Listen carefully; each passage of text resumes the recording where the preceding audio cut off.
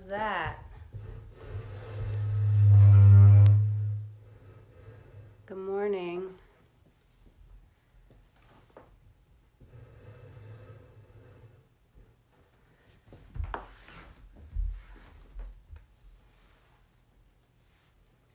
Good morning. Welcome. Today is Tuesday. I think it's March 24th.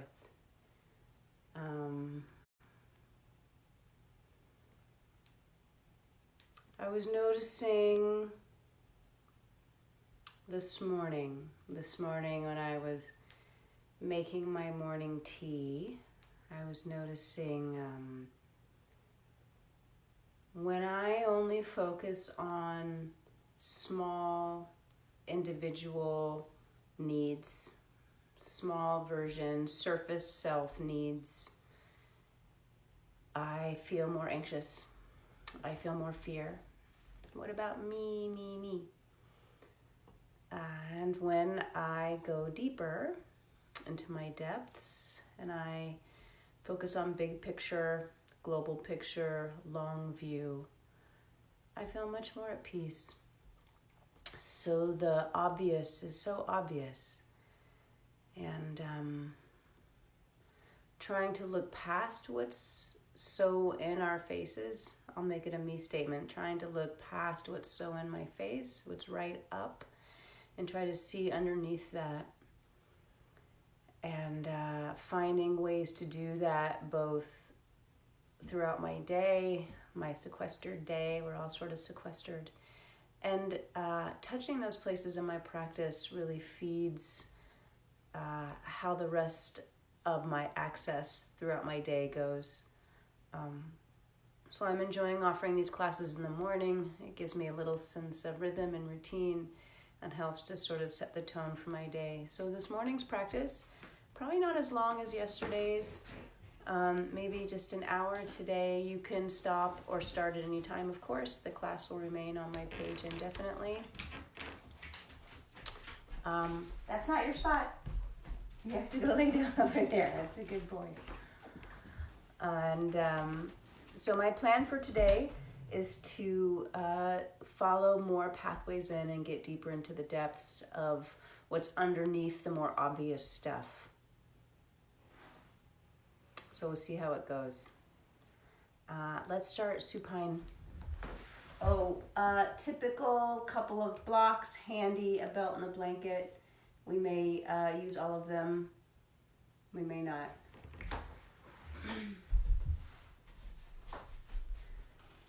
So have your belt handy. And I want to start with a yin pose. The butterfly yin pose where the soles of the feet are together. And there's a fair amount of space between your heels and your pelvis. So your feet aren't pulled way up towards your pelvis. So giving the inner thighs a little more room to breathe. And the invitation is to round forward here. And you could support your head on your hands, or let the head drop, or build up some support to rest your head on if you need it. If settling into a forward rounded spine, it's called spinal flexion, if that doesn't feel great to you, then you could simply lay back, right? So the invitation is to either come here, something like this, or to lay back if you want more of a neutral spine. So I'm starting here.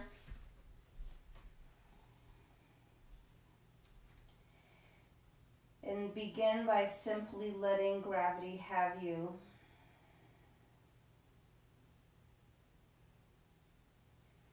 Which for some people might be an obvious sensation, easy to access.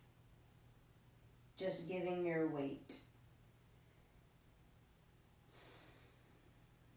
Letting go.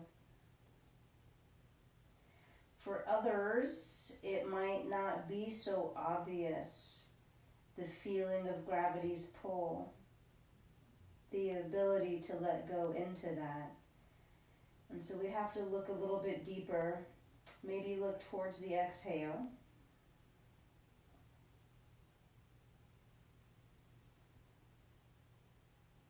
And follow the exhale all the way down to the tip of the tail. So let's start with exhales.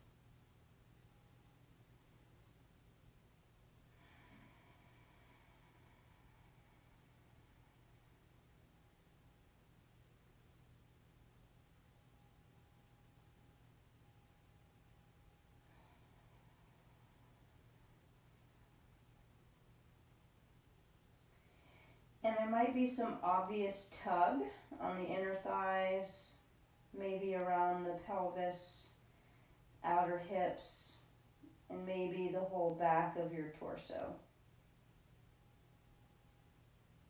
And generally speaking, those obvious lines of tension or tug, or you might even say stretch, typically the muscles, or more specifically the fascial wrappings around the muscles.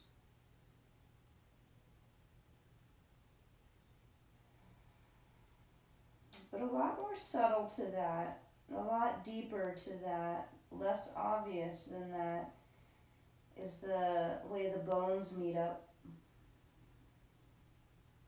So I invite you to put your awareness at the soles of your feet, where the 2 feet come together.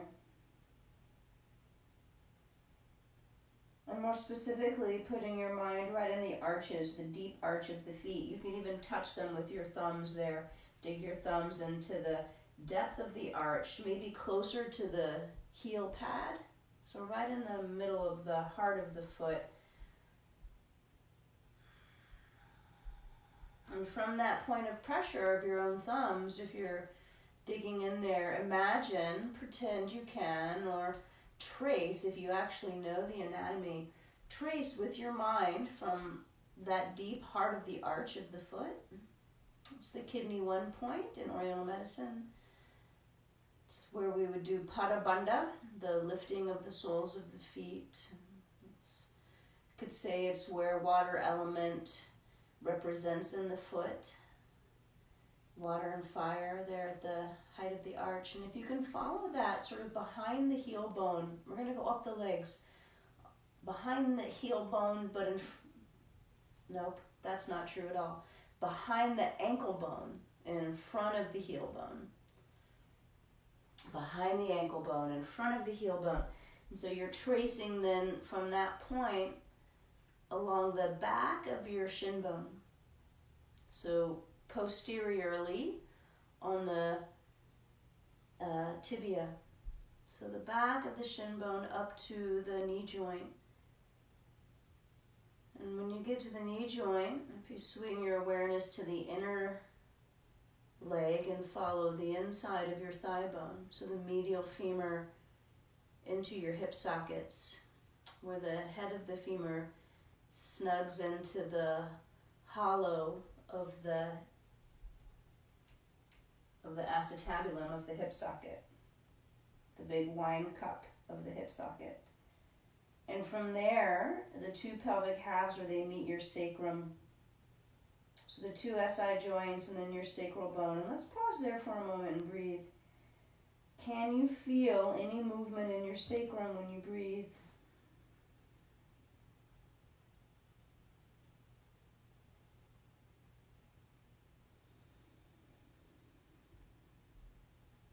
Generally speaking, the sacrum swings back a little bit when you breathe in, like a trapdoor opening, and when you exhale, it swings forward. Now, the sacrum is a little more obvious than the tailbone, the coccyx. If you can find your sacrum, can you find your tailbone, your coccyx? And it's deeply embedded in the musculature of the pelvic floor, and that responds to breath, so it's also moving. And so if you lengthen the exhales like we started with, and feel the tip of your tail reaching a little bit forward towards your pubic bone, feel the pelvic floor muscles gather up, or invite them to gather.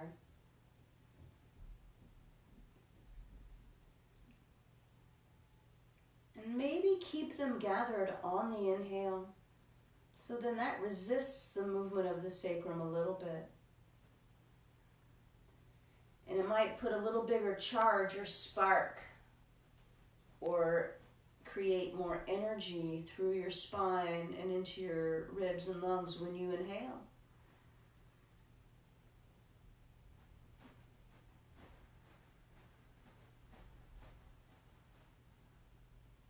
Touching the bottom of the exhale when you're empty. Stay as long as it's only mildly uncomfortable. Breathe in when you're ready, when it's needed. And just notice that sort of obvious baseline discomfort of holding the breath out. It's edgy for sure. It can be scary. And if you don't practice it, the body's like, what are you doing? But underneath that initial surprise and discomfort, there might be something quieter. Might be something quieter, something more, what's the word I'm looking for? I want to say divine, something more divine feeling, something more universal feeling, just that quietude and void of no thing, totally empty. And totally empty means totally full of potential. Totally empty means no bounds, no defining boundaries or qualities. It means completely ineffable, spacious, boundless, timeless.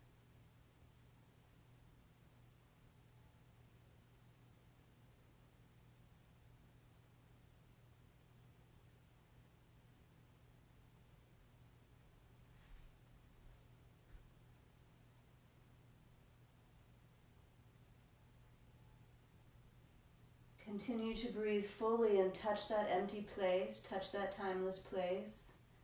Bottom of the exhales, and let's continue to follow our bony journey. We started from the soles of the feet, the deep arch of each foot, behind the ankle bone, in front of the heel bone, traveling up the back of the shin bone to the knee joint, and then following the inner thigh into the hip socket, pelvic halves to SI joints, moving that sacrum with breath.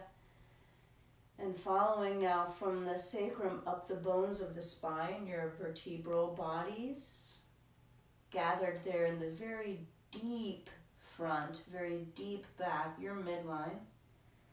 Follow that all the way up to the inside of your cranium. I invite you to use your hands to bring your torso up. Gently holding the front of your knees or shins here. If you were laying back for that exercise, simply draw your knees together. And pause here and feel that continuity of the bony connections that I've traced from soles of feet to inside your cranium. We trace it from feet to head. Just pause here and stay with that either exploration to find it or the felt sense that you uncovered when you found it.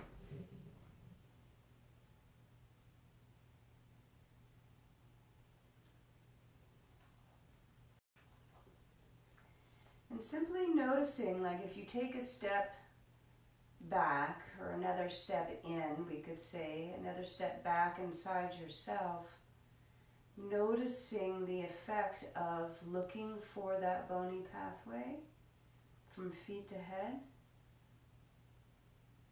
or the effect of having found it and your ability to settle into it.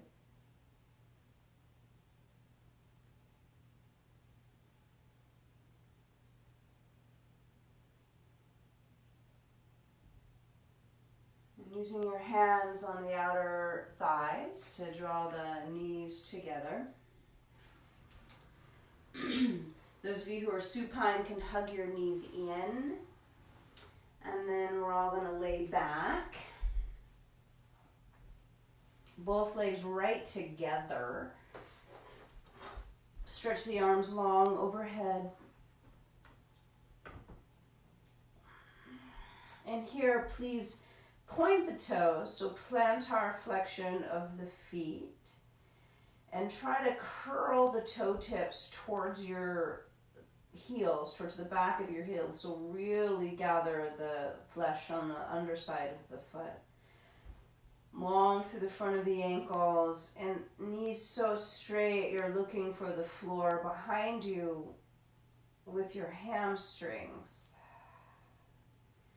And so that starting point at the arch of the foot, super gathered, follow that from behind the ankle bone, in front of the heel bone, back of shin bones, inner knees, inner thighs, hip sockets, SI joints. Pause there. Are the two SI joints meeting the floor with even weight?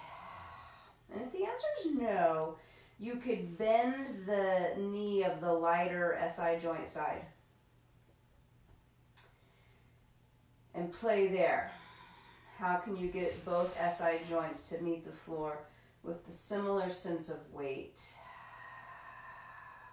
Follow the exhales, still focusing on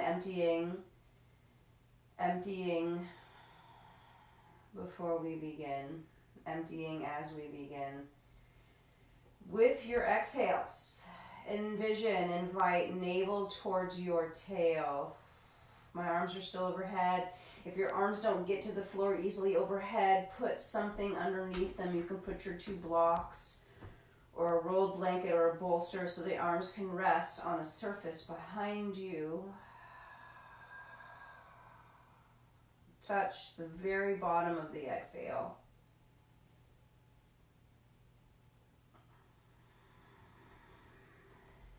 Relax there.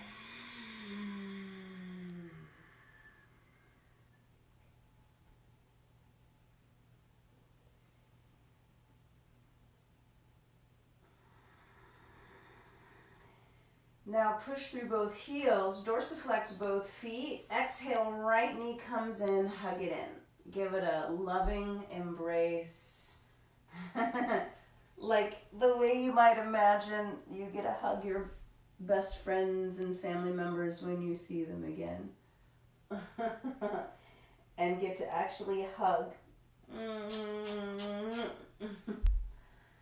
Hello, right knee and thigh. I love you. Thank you for all that you do. Maybe roll that right ankle around, but not just because the teacher said so. Like, feel it's a significant joint space. You got 3 bones that come together there.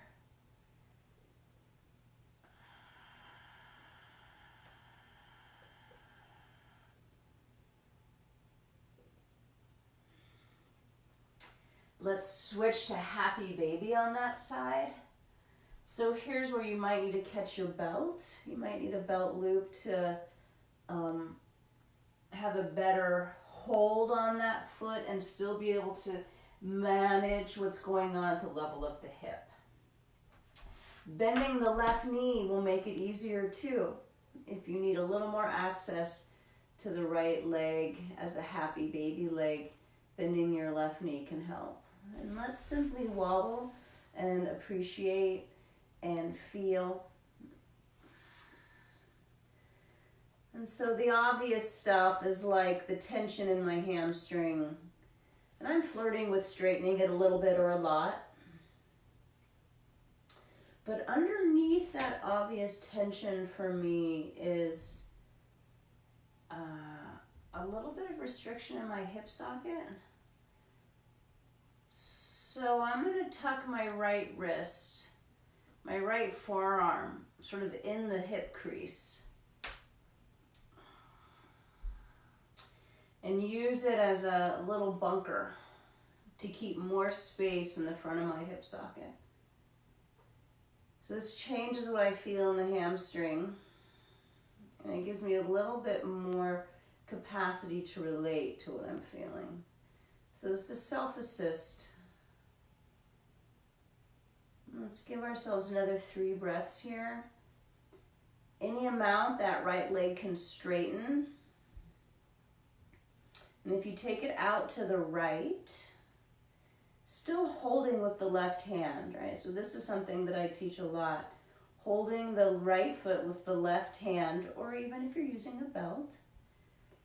Taking that right leg over to the right and feel how it spirals the torso around. Feel how left back ribs spread out and get swooped up and over.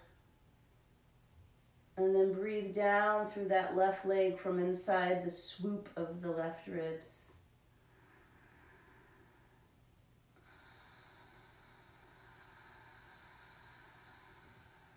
I still have my right forearm and the right hip crease, giving a little more capacity for length on the right side in the midst of all of this. And then eventually, let's take right leg straight up. And can you let go of it? And what is your ability to keep it there? Bending left knee again will help. You can even push left foot into the floor to assist. But right leg on its own, all by itself, maybe with a little help of your left leg. How straight, how long, how free? How capable is it of simply extending into the space above you? And if you're like, yeah, not very capable, then I recommend finding more ways to free up the leg so it can have its own life as part of the bigger whole. Let's put that foot on the ground. Maybe set it off to the right a little bit so that right knee is bent, right foot on the floor, foot's over to the right some, and push that foot into the floor so it turns the hips a little. Right butt cheeks off the floor, opening the front of the pelvis. A little back side bend, twisty action. Release it, waggle your left foot, and then push that right foot into the floor again. Big breath into the front of the pelvis. And then exhale, release, waggle your left foot. One more, push right foot like you're shoving the mat to the side, and let that turn the leg in a little and turn the pelvis a little, and then release pelvis down. Both legs long, both arms long, full body stretch again. I like to point and flex the feet with a pretty good clip, sticking the backs of the heels into the mat so they rock. They don't slide. And if you can stick the back of the heels into the mat and point and flex, rocking the heels like rocking chair rails, the whole body shimmies and nods and shakes. All of the secondary curves are rocking. So back of head, thoracic spine, sacral spine, backs of your heels. And then let that go. Pause.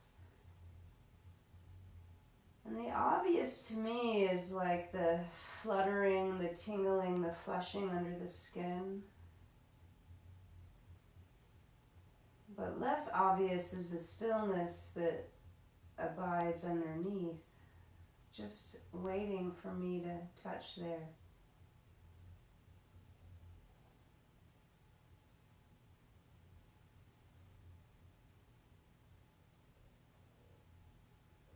Left knee in, give it a loving squeeze. Again, like that first hug you're going to give to your favorite people that you haven't been able to see for only a week and a half. It's only been a week and a half. I've sat retreats longer than this. Like, what is the problem?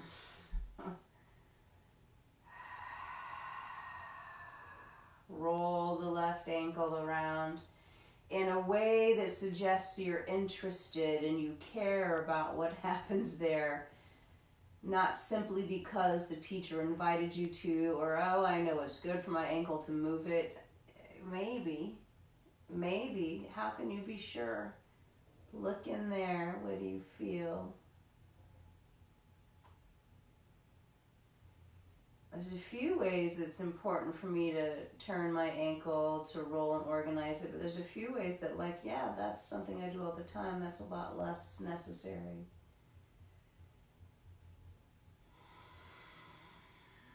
Attending to what's needed. You might bend the right knee to start. Left foot, happy baby. If you need your belt, catch your belt. And I'm wobbling right to left by way of sort of gently pile driving left shin down, down to the left thigh down towards the floor next to me. I'm going to eventually straighten the right leg, have the happy baby a little less compressed, and I'm going to once again use right hand to hold the left foot, and then using my left forearm, just sliding my outer wrist, my outer forearm, deep into the front of that left hip crease. So that helps me to get more, so I mentioned it on the first side, right? The obvious thing in happy baby is sort of the tension in my hamstring. But what is not so obvious is the compression in the front of my hip socket. And so when I insert my wrist, my forearm, you could put a folded towel, a little corner, a folded blanket. It makes the hip not flex as much. A little less hip flexion, so then I can get a little more movement in my SI joints, which for me is helpful. Many people have too much movement on one SI joint and not enough movement on the other, so you have to, this is where these electronic classes break down, even if it was an interactive class. You know, yoga's asana is meant to be taught in person, right? But so just offering you suggestions to navigate your experience. Any amount of straightening that left leg can do, still using the left forearm or some folded blanket to keep a little more space in the front of the hip socket, a little more action in the SI joint, which it should move. It should move just enough, not too much, not too little. And let's eventually take left leg, still holding it with your right hand, whether you have the belt or the hand, over to the left, and then feel how those back right ribs peel off the floor.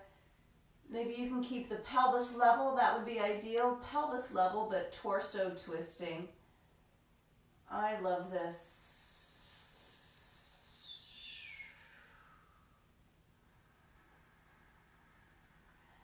And infuse breath everywhere. That's the obvious stuff, but can you seep the breath into the darker, tighter, less available, less obvious places? Okay, that's enough of that for me. Bend the knee, put the foot on the floor, but offset it a little to the left. Arms can be relaxed out to the side. And as you push that left foot into the floor, like you're trying to shove the mat to the left, and it turns the pelvis a wee bit, brings a little back bend in.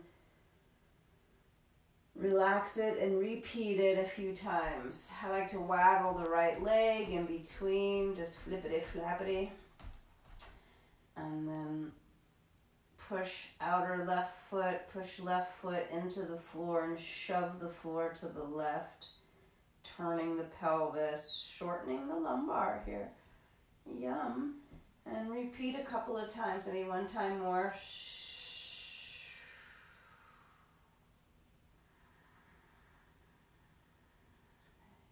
And then one more full body stretch. Maybe not one more, but for now. And do the point flex feet.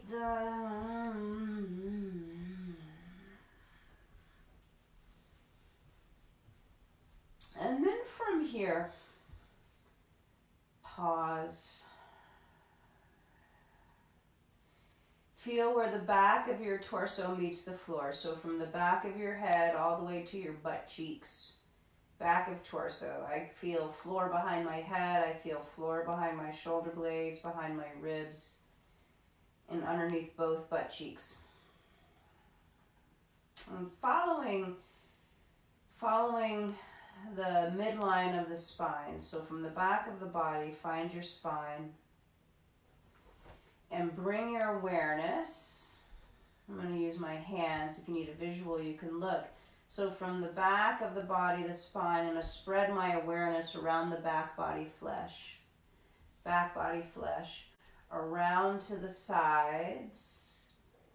And then to the front of the torso, meeting on that same midline and diving back. So it's as if you laid your body down in a burrito wrap, and then you wrapped the burrito around the sides to the front, and then diving that front seam straight back. So having created a little cannoli wrap for yourself, can you stay deep in the front? And I'm talking like for a physical landmark, your vertebral body's the front of your spine. Like a long, snaky, connected structure. Bend your 2 feet, feet on the floor. Probably have your knees only 90-degree bent, so your feet are a little further from your hips than normal. And if you bring your hands to the side of your head, I got fingertips on the side of my head, as if your ear canals were a turn dial. We did this sitting and standing the other day, and if you try to like stick your nose in your mouth and you're curling deep into that front line that we established with our cannoli wrap. So I want to feel the skull bones curl into my face, and then the back of my neck start to curl up vertebra by vertebra. Back of the neck curls up before the upper back curls up. So vertebra by vertebra, curling in, and imagining, so my upper back's off the floor, the top of your head diving into your navel. Now in theory, if we were fully, deeply connected at every vertebra, we could just roll right up. I need to use my hands behind my legs to curl up, curl up, curl up, curl up. And then maybe you can touch your forehead to your knees. And then rolling back down. So envision your tail reaching between your 2 heels. And then lowering down, first your sacrum, then L5, L4, L3, L2, L1, T12, T11, T10, 9, 8, 7, 6. I'm going to use my hands to support my head. 5, 4, 3, 2, 1, and cervical number 7. That's hard for me to get. Rather number 6, 5, 4, 3, 2, 1. And here we are flat on our backs again. Curl in, vertebra by vertebra. If you really coil in, maybe you don't have to use your hands. Maybe you do. Let's do a few more just like this. Could it be vertebra by vertebra? Going down and going up. Going up for me is much harder.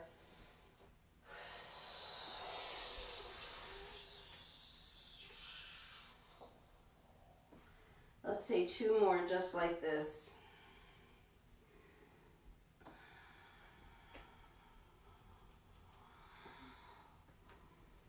So what's obvious is the work in the front of the abdomen, right? But can you find the action, the depths in front of your spine? So I'm talking like the anterior longitudinal ligament that runs along there. We got 1 more. Can you get past, not that they're not working, not that the surface abdominal muscles aren't working, they for sure are, but can you access deeper and deeper still? And this time when we come up, stay up. When we come up, stay up. Shoot your 2 legs out in front of you. Catch your 2 blocks. Put the blocks on their second side, rather flat side, on their flattest side, just behind you. Palms of hands on blocks, feet on floor, feet hip width, knees bent, and send the hips up here. Take your time. You can keep your chin to your chest. Plant the 2 feet and maybe swing right and left so you can look at your feet, be real cool here, no big deal. Outer feet on the floor, big toe mound heavy, send the hips up. And that same idea of staying connected in the front of the spine, can you draw your chin into your neck, into your throat, and then unfurl the back of the head to the floor, not so much chin to ceiling. And then maybe you can let the head go back and still swallow. Swallowing's a good litmus test. here for neck extension, and then bring hips down. Bring hips down. Take the two legs wide apart. Use one of the blocks only behind you on its flat side, right up against the back of your pelvis. And then if you swing the fingers out to the side, palms down, catch the sides of the block with the heels of your hands, and squeeze the elbows towards each other. Smash the block into the floor. Shoulder blades retract, that means towards each other. And then look for your two sit bones. And we could start where we did early in class, from the soles of the feet, the arches of the feet. I'm dorsiflexing my feet, supinating. I like that feeling. Let's talk about core strength. From behind the ankle bone to the back of the shin bone, to the knee joint, inner thigh bone, to the hip sockets, to the SI joints, to your sacrum, to your spine, vertebra by vertebra, through the deep front, the center of your cannoli, all the way up inside your cranium. And breathe into the chest here. Can make the block one level higher. Maybe you might not want to. I'm gonna squeeze elbows back, heels of the hands, push, push, push down. One more breath here. And then bring that block, both your blocks, I'm gonna turn to face you so you can see. Put both blocks on their tall side between your 2 feet. So my legs are not super wide, but there's like equal distance between foot, block, block, foot. So meet me here. And then I'm going to turn to the side again. So at this point, your feet are probably off your mat, your blocks are almost as wide as your mat. And if you put fingertips behind you, so like a prop, scaffolding for your spine, I like to not roll back onto the back of my sit bones. Don't dump your lumbar back. Gather in that deep front of your spine. And could you float the right foot up off the floor any amount, straight leg, float it over the block and touch the floor between the 2 blocks, and then up and out, touch the floor on the outside of the block, and then up and over. And let's just do this about 108 times. Try not to lean back. Try not to swing the torso right and left. Hoo-wee. So the obvious thing is the thigh muscle burning a little bit. Whoops, knocking my block over. Let's do the other leg. The not so obvious thing is the deep connection of the bones. So can you follow that? Sole of foot, behind the ankle bone, in front of the heel bone, behind the shin bone, into the inner knee joint, inner thigh, hip socket, sacrum, front of spine. When I access that quieter, bony connection, the muscles don't distract me as much. First side again.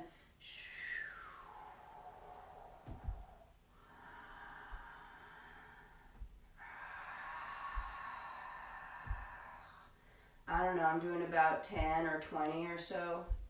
Second side again. Don't pump the torso to and fro. Just dive the navel down. Stay with the bony connections. And let the fire burn. Om Namah Shivaya. We are in that state currently. Okay, lose the 2 blocks. Tuck your ankles underneath you. Come to lay in your Sphinx pose.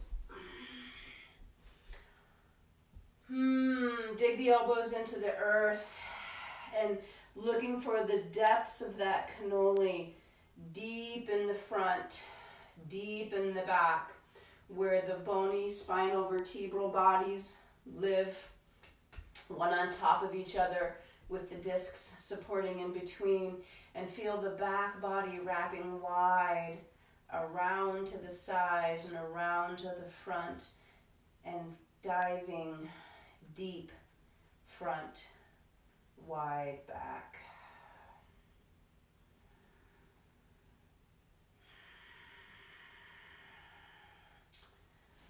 Lower the torso. Stack your two hands, forehead on top hand, and bend your knees. And go ahead and swing both feet to the right, and then to the left, and to the right, and to the left. And as you do this, gently waggle the knees a little further apart. A little further apart. And then can we meet with the soles of the feet, once again touching in the middle. So it's sort of like the butterfly legs we did earlier. The shins are at a diagonal angle from the knees wide on the floor to the feet together. And dragging the sole of your right foot along the inner left leg. And maybe that inner right ankle goes all the way to the floor. And then drag it back up again. And so if you need a visual, take a peek at the screen. I'm just sliding one foot at a time down the inner shin. The sliding foot leg, that leg does external rotation. The leg that's in the air, that leg ends up going into internal rotation. And to me, that's the obvious thing, right? The rotating. Less obvious is the effect on the pelvis to me. So I feel the pelvis tipping right and left. If one were to minimize, if I were to try to minimize how much the pelvis moves, then I'm going to get a little bit more into the deep rotator muscles of the hip. I'm not saying don't move your pelvis. I'm not saying lock your pelvis down. Don't put your pelvis in a shelter at home. Let the pelvis swing some, but how much can you interact with it? How skillful is it for you to let it swing unchecked? And can you work with some stabilizing, some guiding?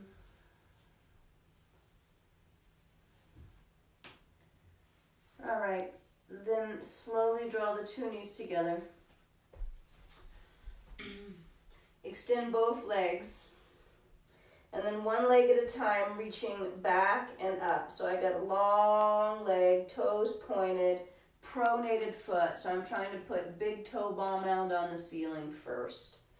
And so far I've only lifted one leg and go back and forth.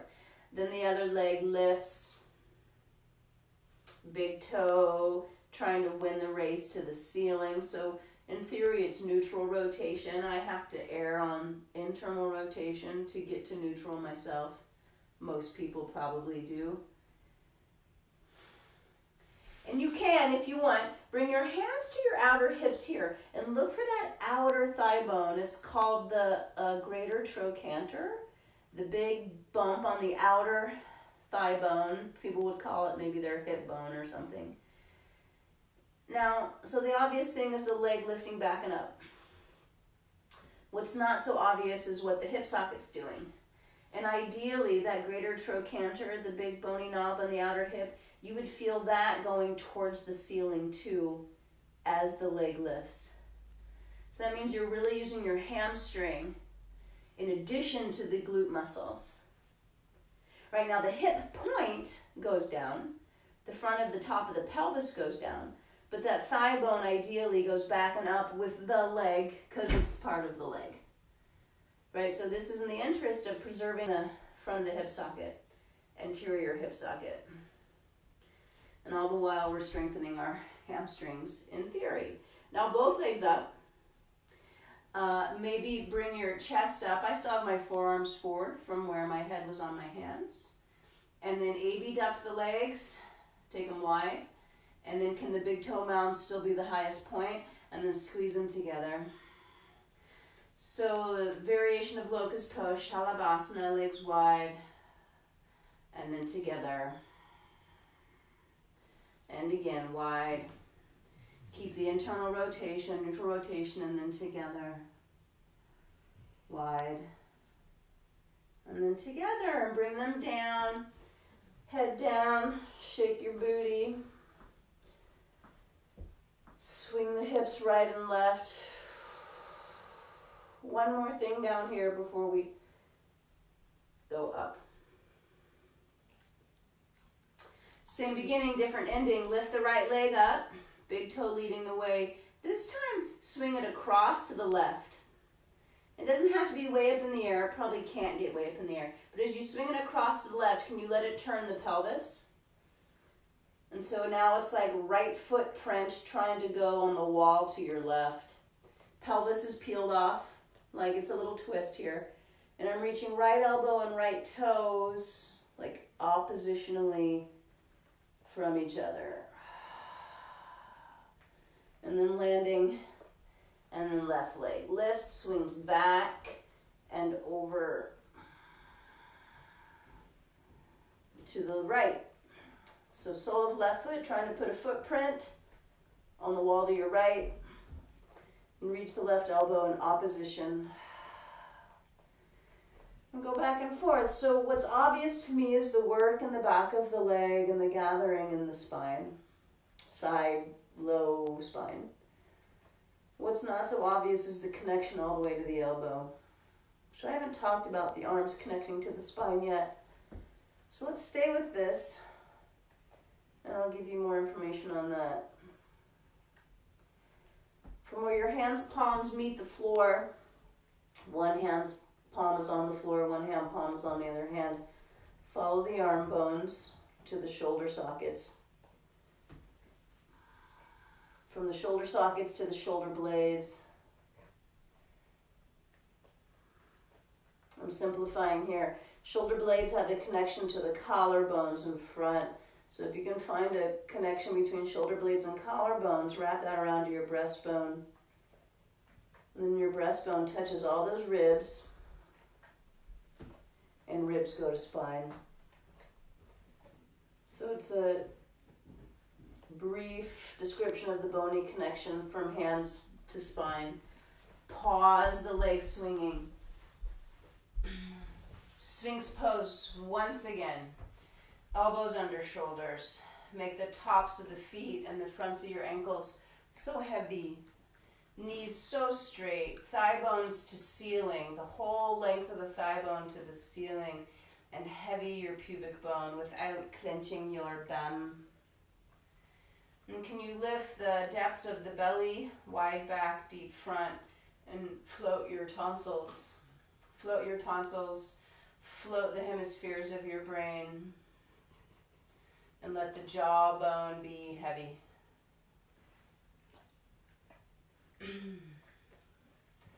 From here, hands down, you could do up dog or a cobra. And we'll meet either in child's pose or cat-cow or down dog. You choose. We'll meet eventually in down dog. Take the time you need to get there. So now I'd like to spend some time really working strength in the legs. And then I think we'll conclude the practice with some forward bending. I'm just going to check our time. Time flies. It's been 50 minutes. So it looks like we're going to do more than an hour today. This could be a fine place to stop. If you're done, you're like, I'm good. Take your Shavasana and have a nice day. Thank you. I love you. Stepping right foot forward. Pause here. And same deal with the back leg thigh bone as I mentioned before, like it should be going to the ceiling. Alright, and then bring your torso up. Reaching through the top of the head so both legs straighten a little. Well, the front leg straightens a little. Back leg goes straighter. And then as you re-bend into the right knee, think outer left hip. It's the back leg. It sort of follows that right knee, but reach more through the left heel. Again, straightening front leg. And as you re-bend, it's like, can you lengthen the back leg and spiral it? Outer left hip wrapping forward and down. Left heel on a journey behind you forever. One more time. Stay there. Now right leg is holding the floorboards down. So feel yourself push the floor down. Not so you ascend through the spine, but just stable visualize earth element downward. And then from here, go up with your arms. Reach the bridge of your nose up. Reach your front teeth up. And feel this embodiment, cultivate the embodiment, earth to heaven. Humanity and divinity, all right here. Hands come down, step back. You can come to child's, you could cat-cow. You could rock both your dogs.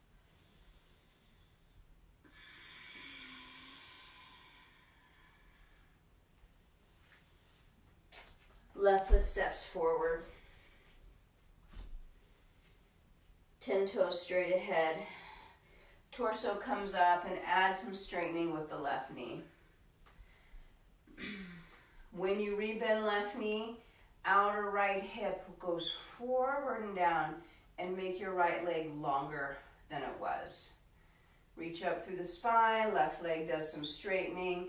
Again, bending left knee, turning right hip forward and down. Thigh bone to ceiling, right leg longer still. And then one more.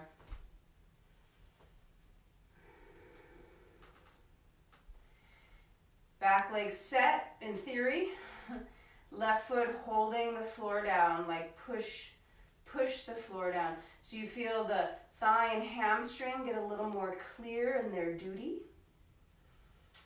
Pelvic floor gathering towards center. Left glute gathering under sit bone.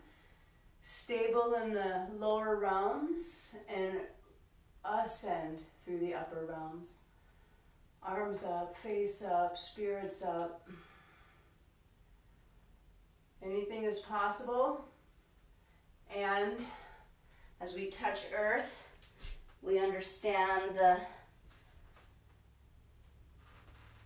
the relative reality of time, of impermanence. You're either rocking your dogs or cat-cowing or just bowing in awe of yourself and of this life and all of the blessings and all of the pains. We'll meet in standing.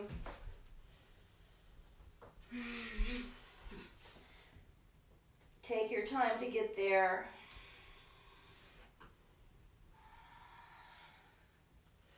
Gonna put a little more heat here. Catch your 2 blocks. Catch your 2 blocks and put them on their flat side. One on top of the other. Towards the front of your mat. Towards the front of your mat. Now 2 blocks might be ambitious for you. Could just be 1 block. You could do no blocks. No blocks, 1 block, 2 blocks, you choose. Because we're gonna stand on it on the right side. The quality of your block will be a factor. I've got really nice firm foam blocks. Wooden blocks, cork blocks would be great. If they're wooden, they might be slidey. So you might put your mat in between. So make your choice. You're gonna have to deal with your choice making. It's part of our yoga practice. Standing on the 2 blocks. I'm gonna reach my arms up as I bend the right knee and touch the left toes on the floor. I'm touching and then standing up. And then touching, right knee bends, and then standing up. So what's obvious is the work in the right thigh, the challenge to my balance. What's less obvious is how I'm organizing the right foot. So can you find the outer edge of the foot, outer heel,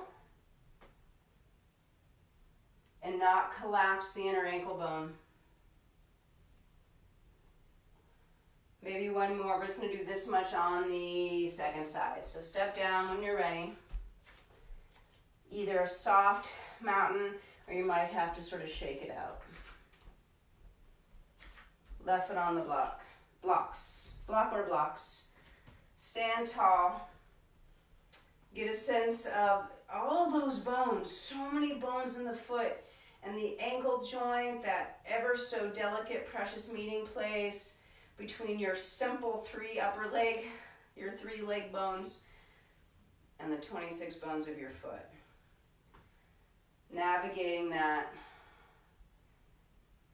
touching the floor with the right toe tips as you bend left knee. So can we retrace that pathway from the arch of the foot, behind the ankle bone, in front of the heel bone, behind the shin bone, to the inner left thigh bone, hip socket, pelvic half, sacrum to spine, vertebral bodies to head. So can you find a clear pathway of weight from your left foot on the blocks to your head? It's not pinching in the knee, it's not discharging out through the ankle somewhere.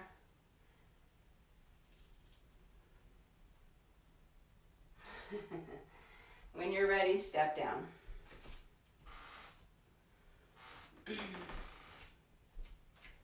Find mountain pose. Legs right on the midline. Swing the arms up. You could interlace your 10 fingers, take the index finger long, and as you reach straight up like a rocket, can you organize that same bony pathway of weight from the feet to the inside of your skull?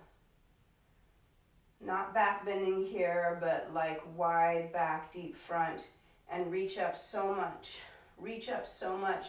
It pulls you, the reach pulls you into toe tips, tiptoe pose. Not because you swung the weight of your pelvis forward and went up. So you might have to check that. Like the obvious thing is toe tip pose. The less obvious thing is how did you get there?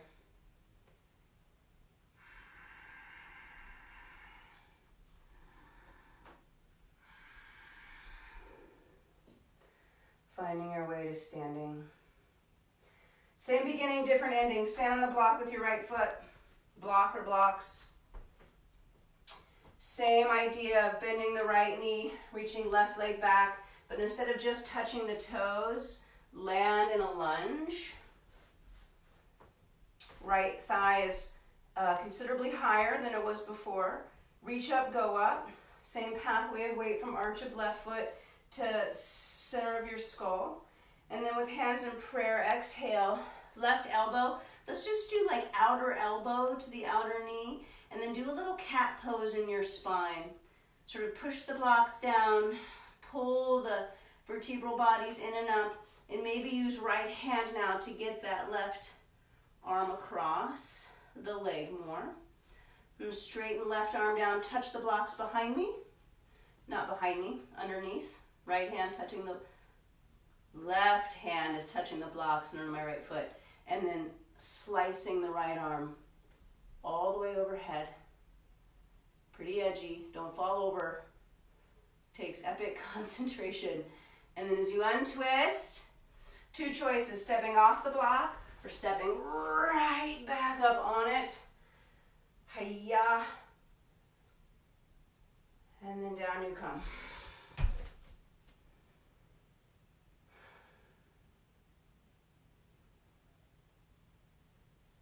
So this epic journey from simply standing on the block with one foot, through the lunge to the twist to back up on the block, in the grand scheme of things, such a minor, silly thing. So the obviousness is the physical challenge. What's not so obvious, starting left side, left foot on block. What's not so obvious is the inconsequential nature of it. We get so wrapped up in how hard it is. Stepping off, get a little lift. Feel the continuation of the foot into the blocks, merging foot with floor in spite of blocks. From right foot to center of skull, and then hands to prayer. Just touch outer elbow to outer knee.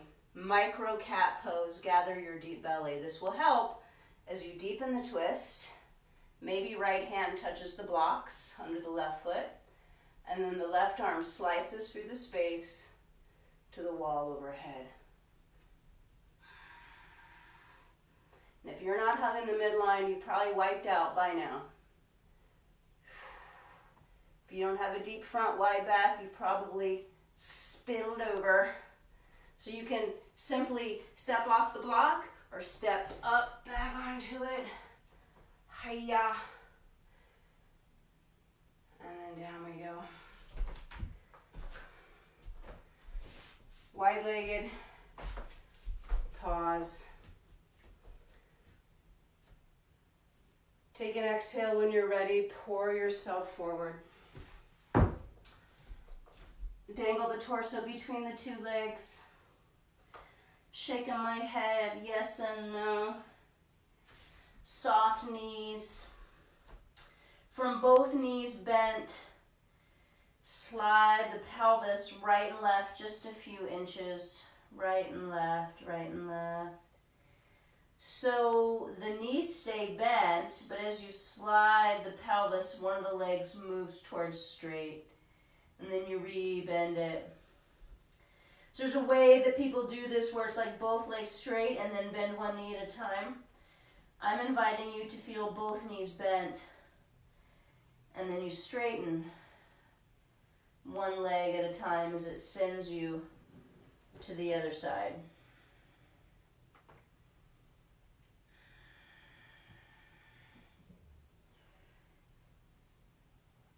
And then the next time the left knee is bent, kick the left heel a little left, look to your right foot and turn that leg out as you bend the right knee and slide the weight to the right.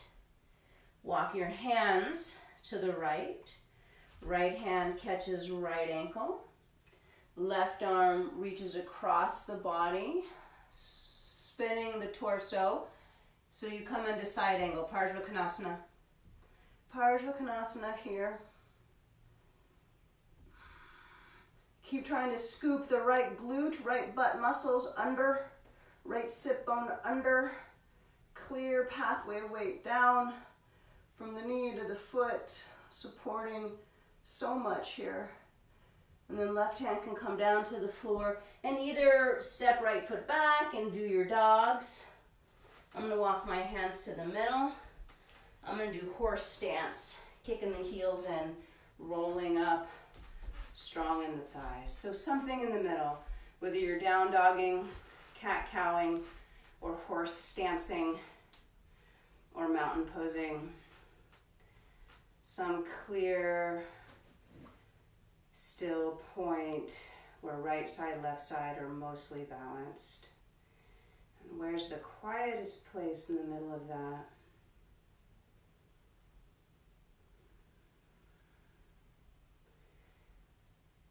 And we'll meet in the wide leg forward bend again. 10 toes straight ahead to start with both knees soft.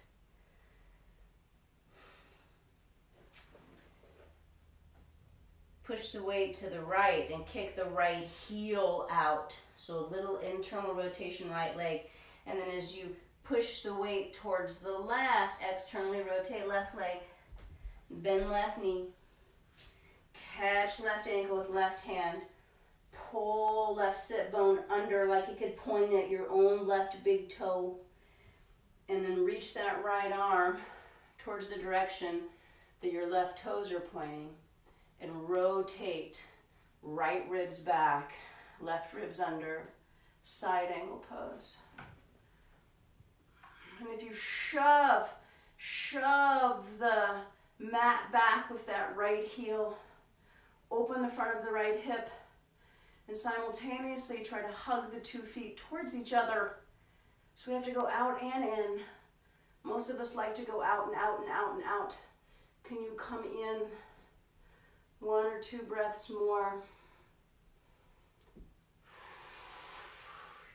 Your choice to step both hands down and step left foot back through a dog or two, or kneeling, or child's, or whatever, or just come to stand, or do the horse stance in the middle.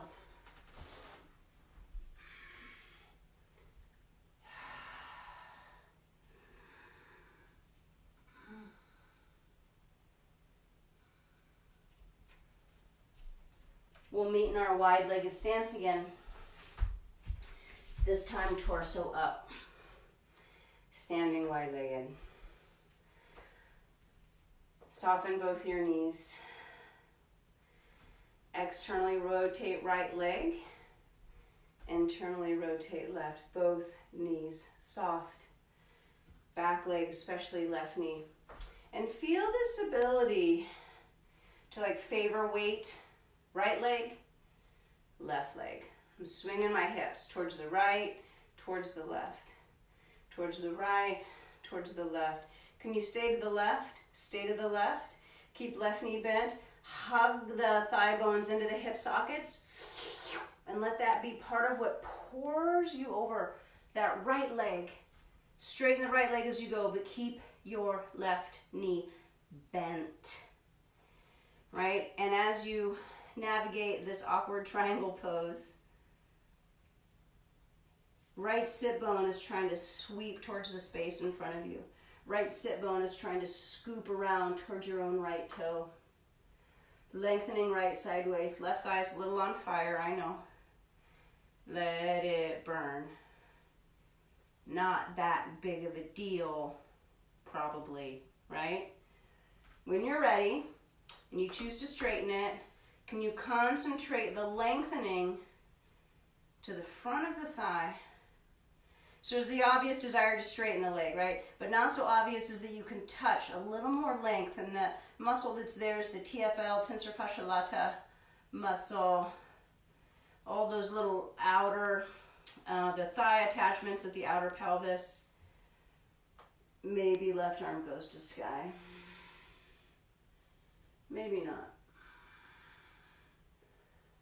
Brighten everything.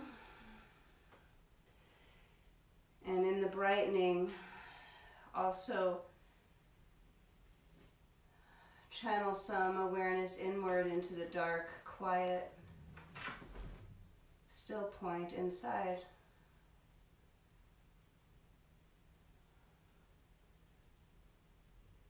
Right foot pushes, left hand reaches, up you come.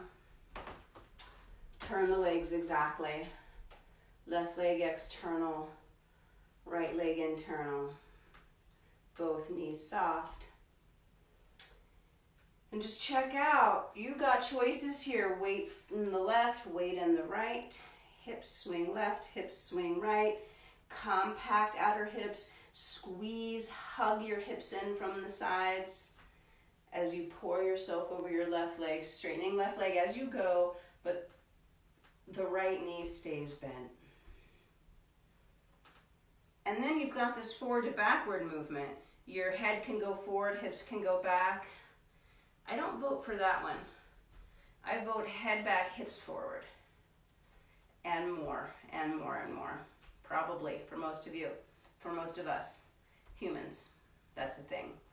When you choose to straighten the back leg, look for that underplate area from your hip point, your ASIS, down the first 4 inches of your anterior lateral front side thigh.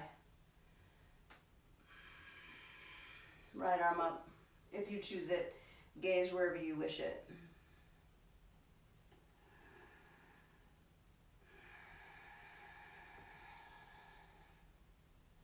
Can you feel the pouring down of the feet and the rebound up through that pathway, arches of feet, behind ankle bone, in front of heel bone, back of shin, inner thighs, hip sockets, pelvic half, sacrum, spine to head. And use that to push down and reach the head up, up you come. All 10 toes face forward, step or hop your feet right together. Go up with the arms, same. Interlace fingers, release the index finger. Maybe you've interlaced the hands the other way, the tricky way. And exhale as if the front of the body was like a sail, catching a headwind. Wide back, deep front. And plunge the fingers up so much. It pulls the shoulder blades up, it pulls the collarbones up, pulls the sternum up, pulls the ribs up, ribs pull spine up. Spine pulls hips up, tiptoes. Can you stay up on tiptoes and lift the knees, the heels, and sit down on top of your tiptoes. The heels don't go down at all.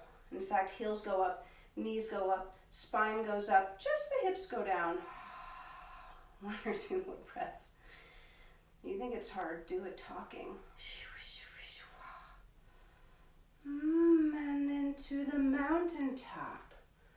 Whether you're like the Himalayas, skyrocketing up into the ether, or maybe you're like the Rockies. I'm going to be part of the Rockies. It's just settling.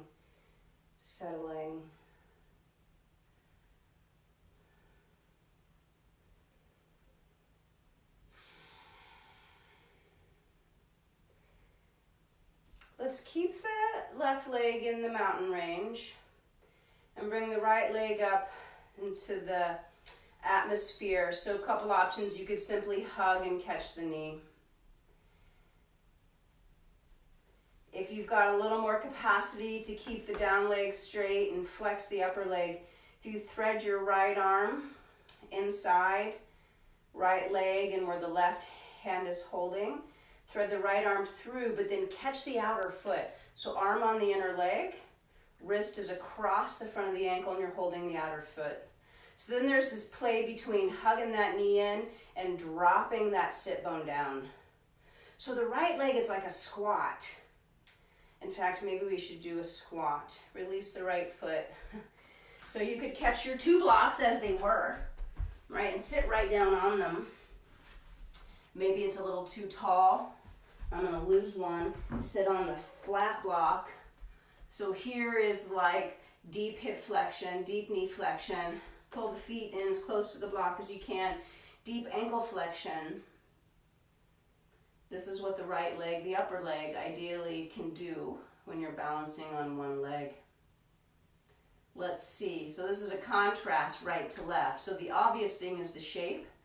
The not so obvious thing is what has to happen between right and left pelvic half. So come to stand on the right leg.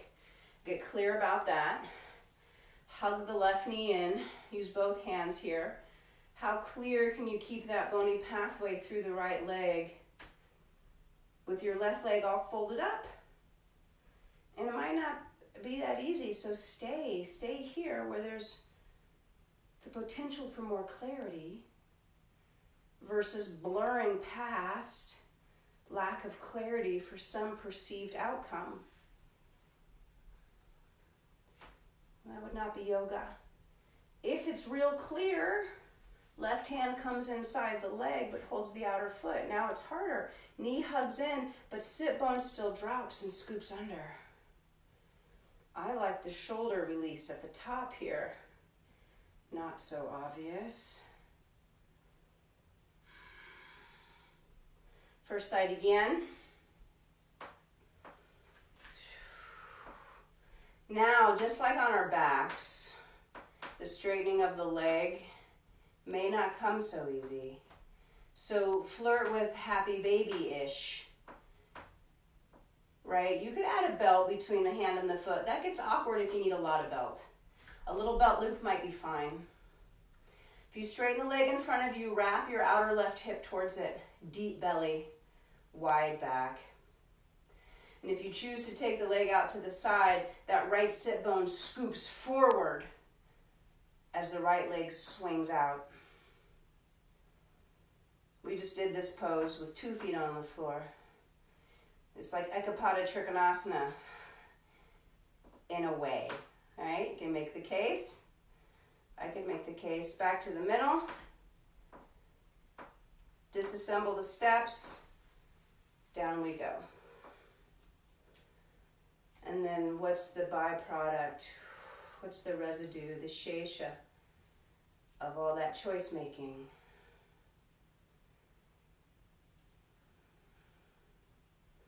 Left leg up. I guess it is going to be more like a 90-minute practice today.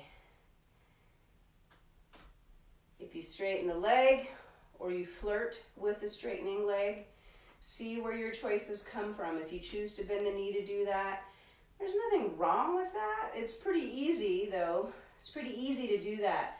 Could you make another less obvious choice? If the leg goes out to the side, that left sit bone scoops under, like it's chasing the left big toe. And here we are in Ekapada Trikonasana, maybe, some of you. It's really Utthita Hasta Parangustasana 2. here. When you're ready, back to the center. And you undo the steps, like retracing your steps out of the secret garden back to the mountaintop.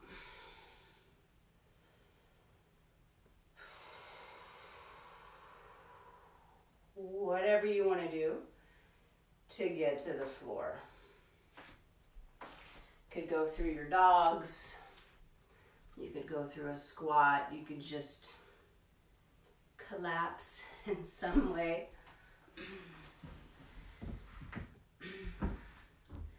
And when you get to the floor, you might want to sit on your blanket. If sitting on the floor prohibits you from having a upright spine, if you're a little bit barreling backwards through your lumbar, sit on a blanket under your pelvis. Let's fold the left leg in. And I want to touch more side body here. So left heel's in its own groin. That means left knee is folded right up. The other alternative would be to have the left foot right up against the inner right thigh. That's going to be a more clear, direct pathway into the right hamstring. If you offset the left foot back into the left, you'll still get right hamstring, but you also have to ask all this outer left hip, left side waist, flesh to give. So the first step is to turn towards the right leg. Invite the left hand to reach for the right foot. You might have to use a belt to get the hook up. And then turning more of left nipple, left lung, left side ribs towards the right foot. I've got my right hand out to the side like a training wheel or a kickstand.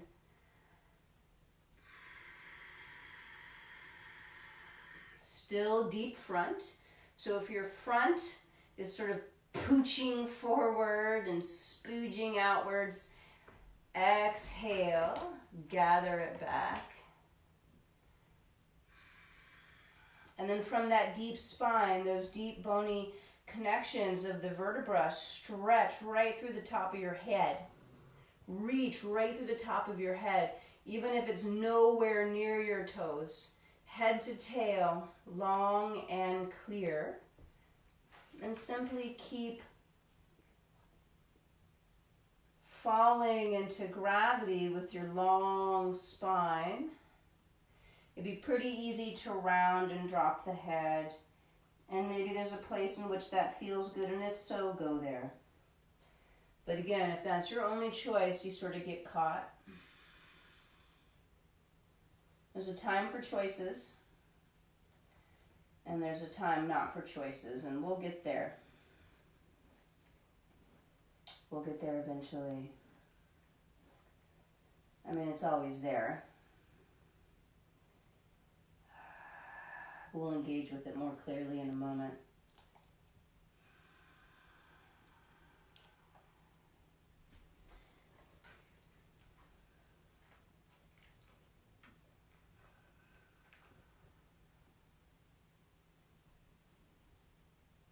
So from here, some of you can gather that left foot up onto the right thigh.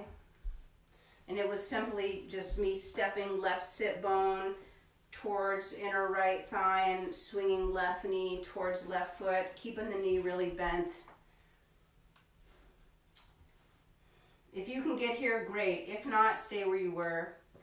If there's a lot of space between your left knee and the floor, put something under it, and with your leg strength, outer hip strength, press the knee down. Don't use your hand.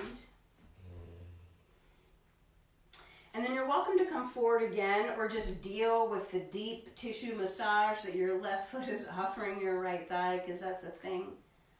I'm actually going to bend my right knee in, right foot on the floor, and hug right leg. So this is pretty, advanced isn't the right word, it's pretty complex, and it requires happy knees, requires malleable hips. So the advanced piece would be to honor what you feel and not go further than would be wise. Like I said in class the other day, make sure the juice is worth the squeeze.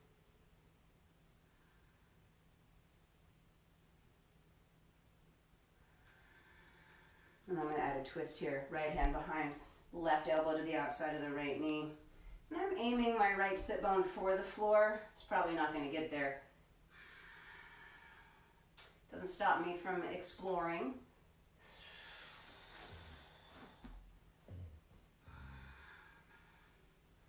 And then let's undo both legs long. Stretch the back of the left knee open, or invite it to spread and open. Then you'll swing left leg to the left, bend the right knee in where the right heel lands, either in its own groin or in the left groin. We talked about that on the first side. Step one, face left leg. And that might be plenty. It's just like, wow. Contrasting the right knee going back and to the right with the torso turning left.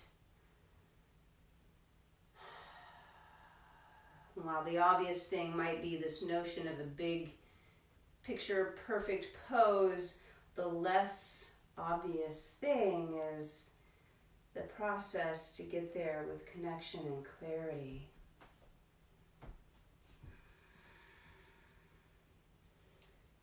And so abiding in the present challenge with some long-term view, I think, is skillful, right? Can't engage with long-term view if we don't have a clear sense of what's happening right now.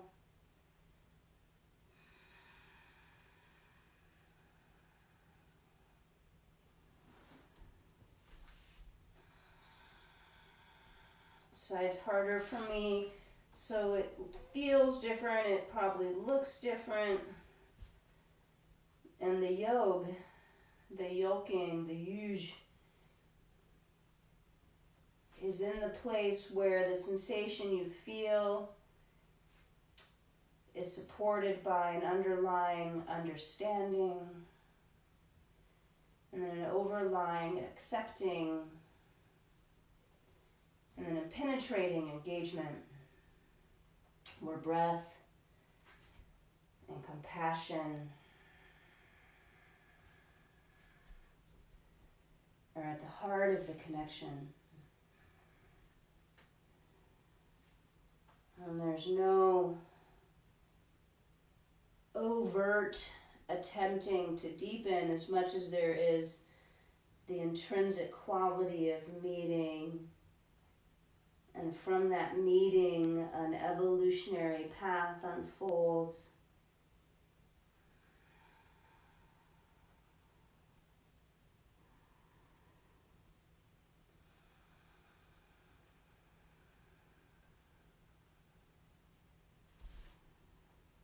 Janushirshasana, I think a really underplayed asana, a really powerful asana with lots of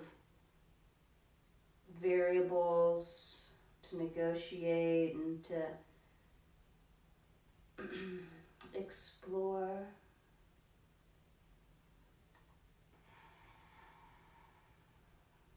Feel free to stay here or add the Ardha Padma. So the right knee is all folded up.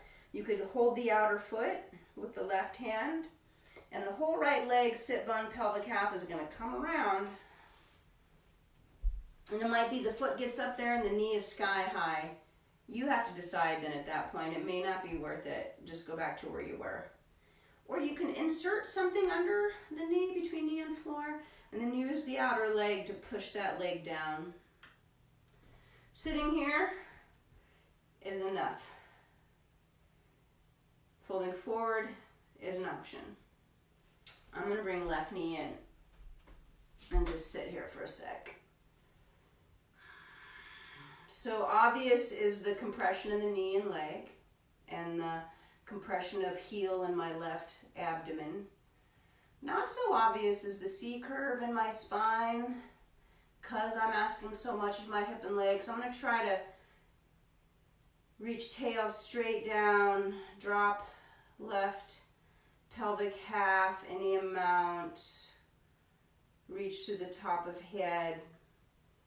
And when I take this into a twist, inviting more of left sit bone to scoop under, dropping left pelvic half.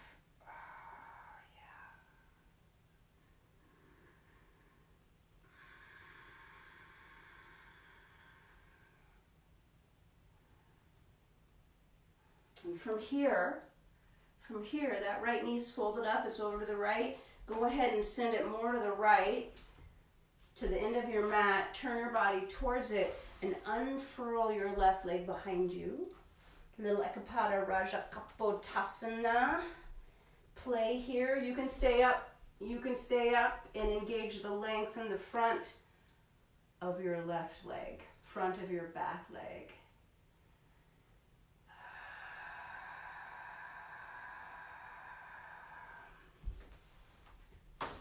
How flexed your right knee is really up to your right knee and hip. I fold my knee up pretty much all the way. This has to do with where your hip sockets are located, how they're shaped, as well as the quality of the musculature around them. And whether your right knee points straight ahead, 12 o'clock or 1 o'clock or 2 o'clock or 3 o'clock, again, variables. Best to have some capacity for modulating between the two extremes of the variables. This is our Hatha Yoga practice.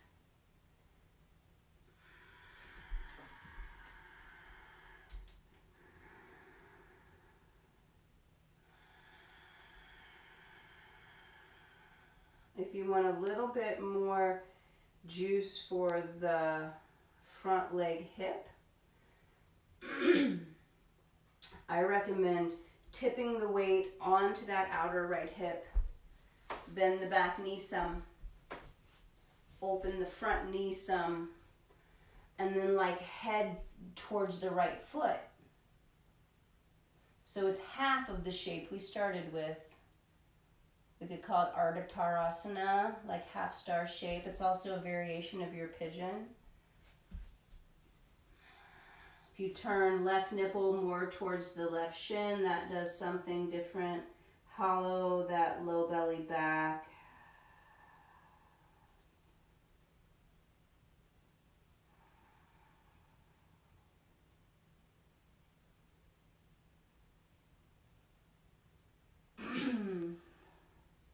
Stay longer if you like. Torso up, I'm leaning back, swinging right knee up, left knee up, transitioning to left knee folded up towards the other side of the mat. Stretch the right leg back. Ekapada Raja Kapotasana, right side. Some variation of it.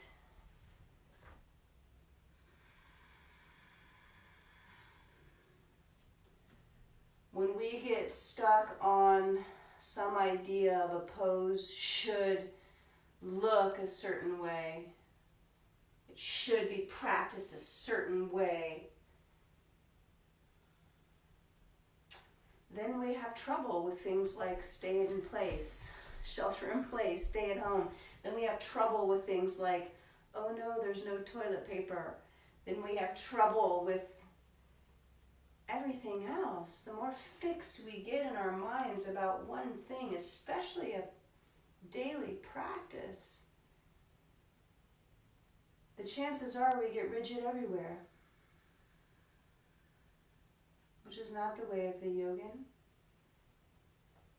Our ability to modulate, to flow between two extremes of it should be this way and doesn't matter at all. Somewhere in there, between those two extremes is the truth for any given moment. Truth is fluid on the absolute level, but on the relative level, the golden rule still applies, in my opinion. So do unto others, and that includes your parts. Do unto your parts as you would have them do unto you. Be kind, be gentle, be fierce, be loving, be honest.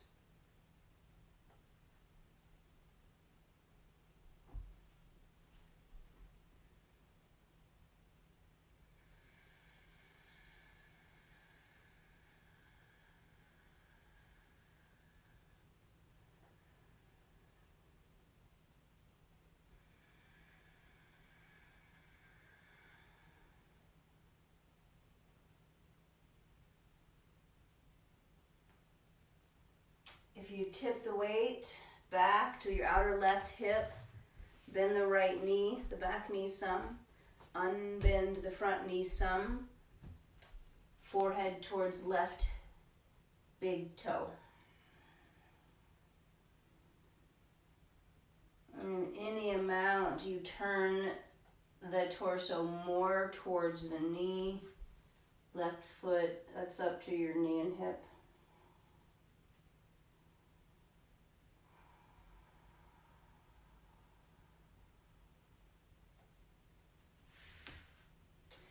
Then from here, I invite you to come onto your back. Bring a block with you.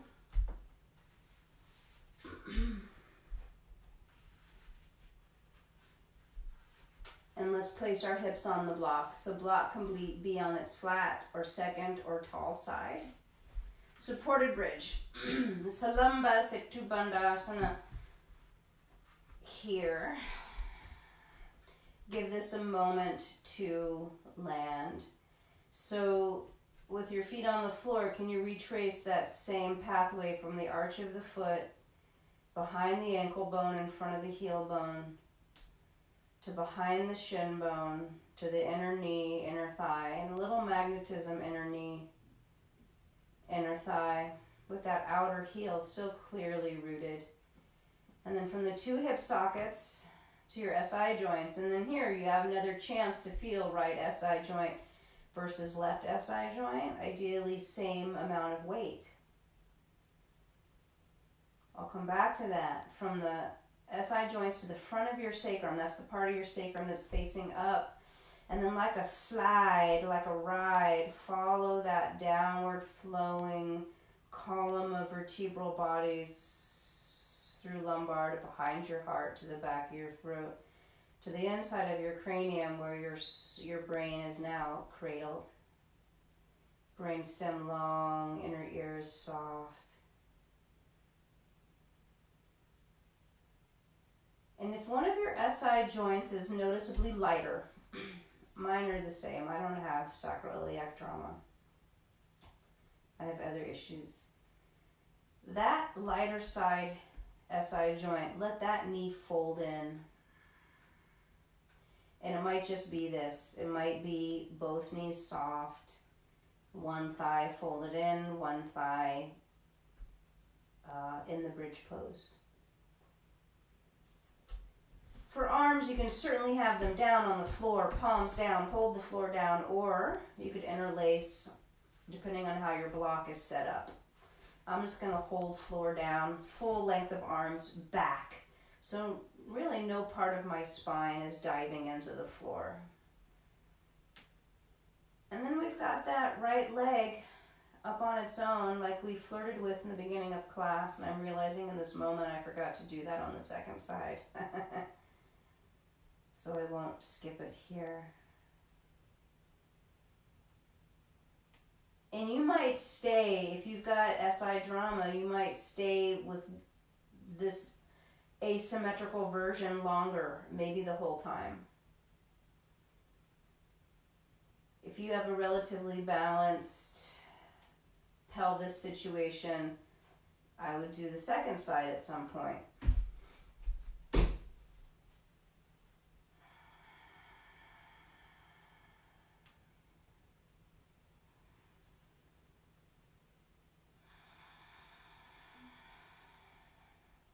I haven't said this in any of the classes yet, but I'm going to say it now and it'll come up again. So if you have an up leg and a down leg, let's call the up leg the front leg, as if it was like warrior one or something. And the down leg is the back leg. What would it be like for the back leg hip point, the as is, I'm tapping it here on my own body, the back leg hip point, and the front leg sit bone, if those two could magnetize towards each other, as if their meeting point would be somewhere between your navel and your pubic bone. So for me, this bondifies the pelvic floor, first chakra, Mula Bandha, and it gathers my deep belly, little Uddiyana Bandha. I don't think the bandhas are purely physical by any means, but there are some physical manifestations of them. If you want both legs up, both legs up. Maybe you're done, and if you're done, you're resting or you've moved on. Thank you, I love you.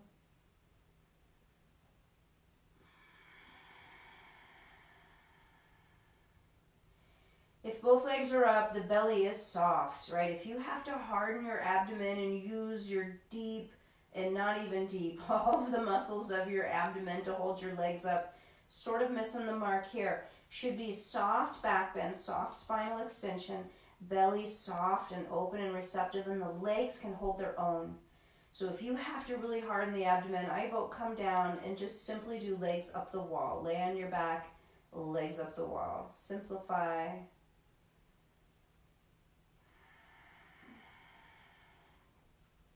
And before I leave this, I'm going to do a little supported back bend. Now I'm interlacing hands around the block. I've got block on tall side. Stretching both legs long, trying to keep the soles of my feet on the floor. A good first step would be to have both feet dorsiflexed, active, right? You could start there. That will, in fact, bring slightly more length to your lumbar than if you have the feet plantar flexed.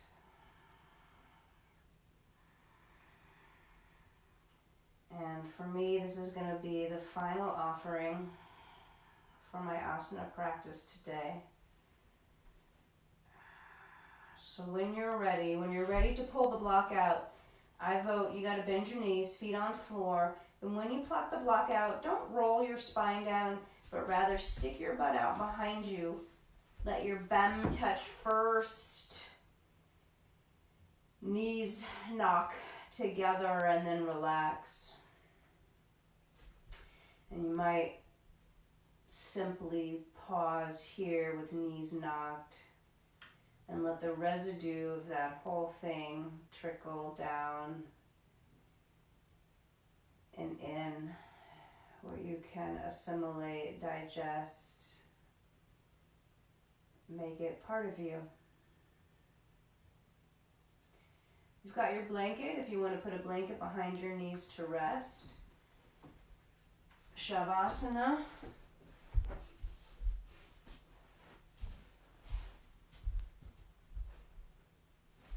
And so the obvious thing is the physical placement of the body, the feeling of the floor, supporting.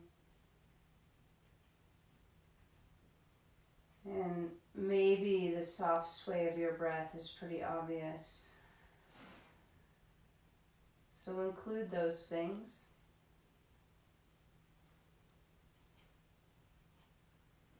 And stay with the felt sense of your energetic and pranic presence within. And maybe you can feel your heartbeat.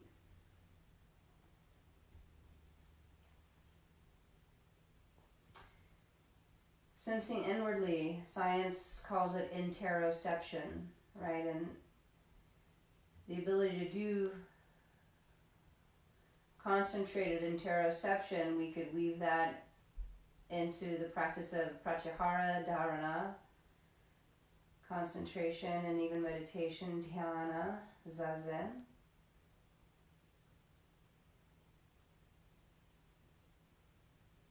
Beating of the heart, the soft pulse of your organ bodies as everybody settles down.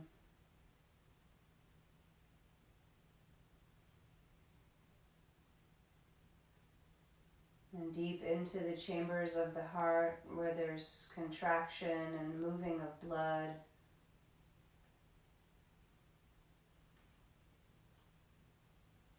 From the right side of the heart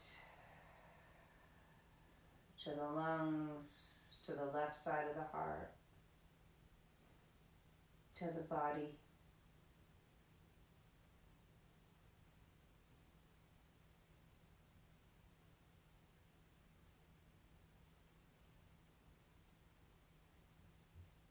And subtler and less obvious still is the quiet space in the heart as mentioned in the Upanishads.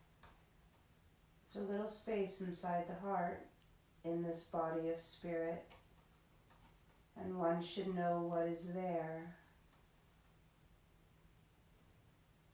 And what is there is lightning and thunder and sun and moon and wind and earth and all the stars in the galaxy and everything that is and everything that is not is there in that quiet space in the heart, including death and drama and destruction and life and birth and glory and salvation and peace and war and connection and disconnection. And we get to choose.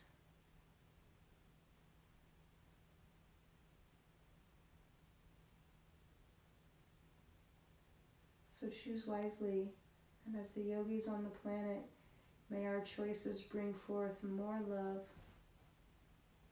more beauty, more truth. Even when it's ugly and undesirable, the truth will set us free.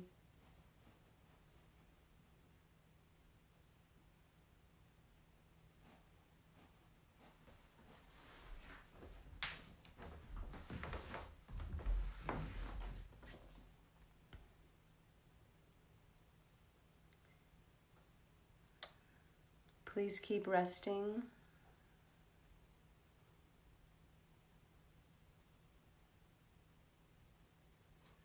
Please keep loving.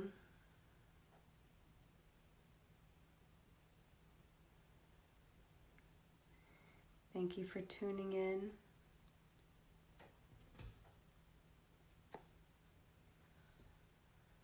I love you. Namaste.